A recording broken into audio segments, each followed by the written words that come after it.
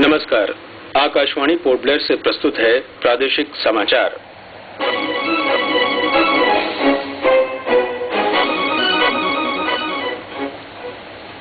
भारत और तुर्कमेनिस्तान ने विभिन्न क्षेत्रों में आपसी सहयोग बढ़ाने पर समझौते किए हैं।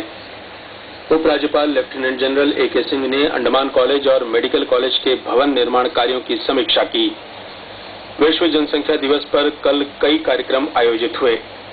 सरकार विकलांगों को समान अधिकार और अवसर उपलब्ध कराने के लिए नया कानून ला रही है और जिला विधि सेवा प्राधिकरण की ओर से कल पोर्ट ब्लेयर में लोक अदालत का आयोजन किया गया।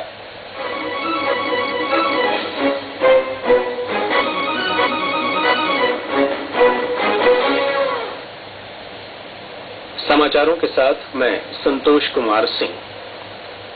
भारत और तुर्कमेनिस्तान ने विभिन्न क्षेत्रों में सहयोग बढ़ाने के समझौते किए हैं। ये समझौते रक्षा, सुरक्षा, ऊर्जा, पेट्रोकेमिकल, परिवहन, संपर्क, उर्वरक, अंतरिक्ष, विज्ञान तथा टेक्नोलॉजी और संस्कृति के क्षेत्र में किए गए हैं। दोनों देशों के बीच व्यापार बढ़ाने पर भी जोर दिया गया है। प्रधानमंत्री नरेंद्र मोदी ने तुर्कमेनिस्तान के राष्ट्रपति गुरबांगुली बर्दीमुहामेदोव से कई मुद्दों पर विस्तृत बातचीत की है। तुर्कमेनिस्तान के राष्ट्रपति ने भारत यात्रा का आमंत्रण स्वीकार कर लिया है। बैठक के बाद संयुक्त बयान में दोनों नेताओं ने तुर्कमेनिस्तान, अफगानिस्तान, पाकिस्तान और भारत तापी पाइपलाइन परियोजना को समय पर पूरा करने की प्रतिबद्धता व्यक्त की। श्री नरेंद्र मोदी ने इस पाइपलाइन की पहल को बहुत महत्वपूर्ण बताया। तापी गैस पाइपलाइन के लिए भारत और तुर्कमेनिस्तान के बीच हुए समझौते का तुर्कमेनिस्तान में भी भारी स्वागत हुआ है। यह परियोजना मध्य एशिया सहित इसमें शामिल सभी देशों के लिए लाभदायक साबित होगी। उपराज्यपाल लेफ्टिनेंट जनरल ए.के. सिंह ने कल पोर्ट ब्लेयर में चक्कर गांव के उस इलाके का दौरा किया जहां अंडमान कॉलेज और मेडिकल कॉलेज के लिए भवन निर्माण का कार्य चल रहा है। सबसे पहले उन्होंने अंडमान कॉलेज के भवन निर्माण की प्रगति की समीक्षा की। उन्होंने अंडमान लोक निर्माण विभाग के मुख्य अभियंता को निर्देश दिया कि वह भवन निर्माण योजना के प्रारूप में बदलाव करें। उपराज्यपाल ने सुझाव दिया कि इसमें हॉस्टल भवन, कैंटीन और कक्षाओं के डिजाइन इस तरह तैयार होने चाहिए जिसमें उनका प्रवेश समुद्र की ओर से हो। इसके अलावा परिसर में वृक्षारोपण की व्यवस्था होनी चाहिए। बाद में उपराज्यपाल ने मेडिकल कॉलेज भवन स्थल का निरीक्षण किया। उन्होंने निर्देश दिया कि पहले चरण का कार्य यथाशीघ्र पूरा होना चाहिए। विश्व जनसंख्या दिवस पर कल कई कार्यक्रम आयोजित हुए। इस वर्ष का विषय है आपात स्थिति में असुरक्षित जनसंख्या। विस्थापित लोगों की बढ़ती संख्या के मद्देनजर यह विषय चुना गया है। स्वास्थ्य और परिवार कल्याण मंत्रालय ने इस विषय पर नई दिल्ली में राष्ट्रीय कार्यशाला आयोजित की। इस अवसर पर केंद्रीय स्वास्थ्य और परिवार कल्याण मंत्री जे.पी. नड्डा ने कहा कि भारत की युवा जनसंख्या हमारे लिए लाभांश के समान है और इसको बेकार नहीं करना चाहिए। अंडमान निकोबार द्वीप समूह में भी कल कार्यक्रम आयोजित हुए। दक्षिण अंडमान के प्रातरापुर सामुदायिक हॉल में आयोजित कार्यक्रम में प्रशासन के स्वास्थ्य सचिव जी देवानिधि दास मुख्य अतिथि थे। उधर नेहरू युवा केंद्र संगठन की ओर से कल विचार गोष्ठी का आयोजन किया गया। नेहरू युवा केंद्र पोर्ट ब्लेयर परिसर में आयोजित इस कार्यक्रम में समाज कल्याण विभाग की कल्याण अधिकारी सुश्री रीता देवी मुख्य अतिथि थीं। कार्यक्रम के आरंभ में जिला युवा समन्वयक कुंदन लाल ने अपने स्वागत संबोधन में जनसंख्या विस्फोट की स्थिति पर प्रकाश डाला। मुख्य अतिथि सुश्री रीता देवी ने कहा कि 1950 के दशक में जनसंख्या में तेजी से वृद्धि हुई। उसके बाद जनसंख्या नियंत्रण के कार्यक्रम शुरू हुए। प्रदेश कांग्रेस कमेटी के अध्यक्ष कुलदीप राय शर्मा ने कल अंडमान बागान और विकास निगम लिमिटेड के एक प्रतिनिधिमंडल के साथ उपराज्यपाल से मुलाकात की। श्री शर्मा ने उपराज्यपाल को बताया कि निगम के करीब 200 कर्मियों के लिए न तो कोई काम है और न ही कोई सहारा है। उन्होंने इन कर्मचारियों के लिए लीज अवधि बढ़ाने का अनुरोध किया।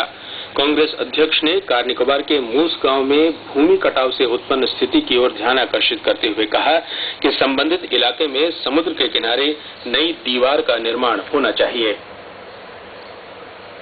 प्रादेशिक समाचार आप आकाशवाणी पोर्ट ब्लेयर से सुन रहे हैं।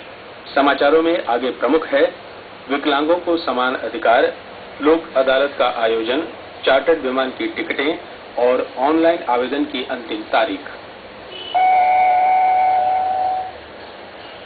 आकाशवाणी से हिंदी में मुफ्त ताजा समाचार प्राप्त करने के लिए आप हमारी वेबसाइट www.newsoneir.nic.in पर लॉग ऑन कर सकते हैं।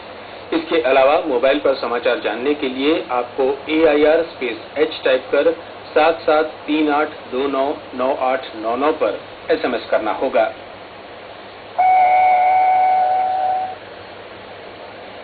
प्रादेशिक समाचार में आपका फिर स्वागत है और अब समाचारों की अगली कड़ी के साथ ज्योति लकड़ा। धन्यवाद संतोष।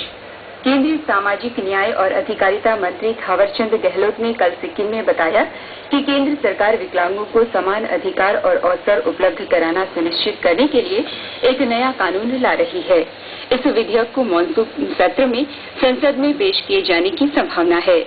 नया कानून पुराने कानून के स्थान पर लाया जाएगा। इससे विकलांगों को मौजूदा 3% आरक्षण के स्थान पर 5% आरक्षण दिए जाने का प्रावधान होगा। मनन भवन में एक सामाजिक अधिकारिता शिविर की अध्यक्षता करते हुए श्री थावरचंद गहलोत ने घोषणा की कि विकलांगों को एक सार्वभौमिक पहचान पत्र दिया जाएगा और इसके जरिए वे विभिन्न योजनाओं के तहत दी जा रही सुविधाओं का लाभ उठा सकेंगे। कलकत्ता उच्च न्यायालय के न्यायाधीश और राज्य विधि प्राधिकरण के अध्यक्ष न्यायमूर्ति सौमित्र पाल ने लोगों से अपील की है कि वे लोक अदालत में अपने विवादों के हल के लिए आगे आएं।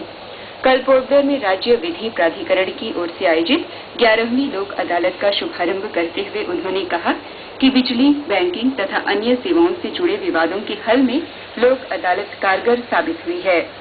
न्यायमूर्ति ने कहा कि जल्दी ही प्रयास परिसर में एक आवासीय कार्यालय भवन का निर्माण कराया जाएगा, जिसे मध्योत्तर अंडमान और निकोबार जिले के लोग विवादों के निपटारे के लिए आने के बाद भवन में ठहर सकेंगे। उन्होंने बताया कि राज्य विधि आयोग भविष्य में अपनी वेबसाइट शुरू करेगा।